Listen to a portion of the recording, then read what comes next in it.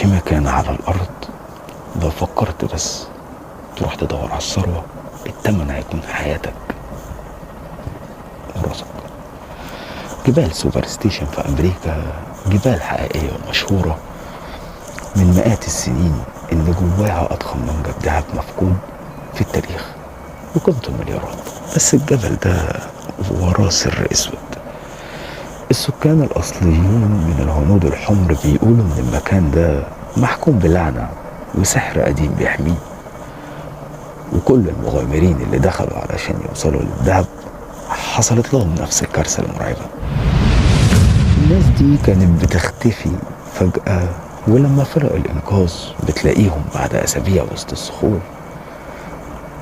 الصدمة هنا إن الجثث كلها بتكون جنب بعض ومقطوعة الراس بالكامل، والأغرب إن الرؤوس ملهاش أي أثر.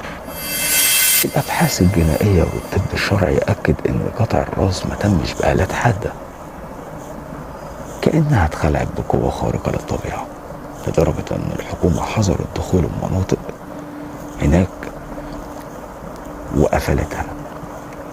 تفتكروا دي لعنة ولا سحر اسود، ولا في سر تاني مدفون جوه الجبل؟ قولولي رأيكم في الكومنتات، واستنوا قصة التلات. تصبحوا على خير.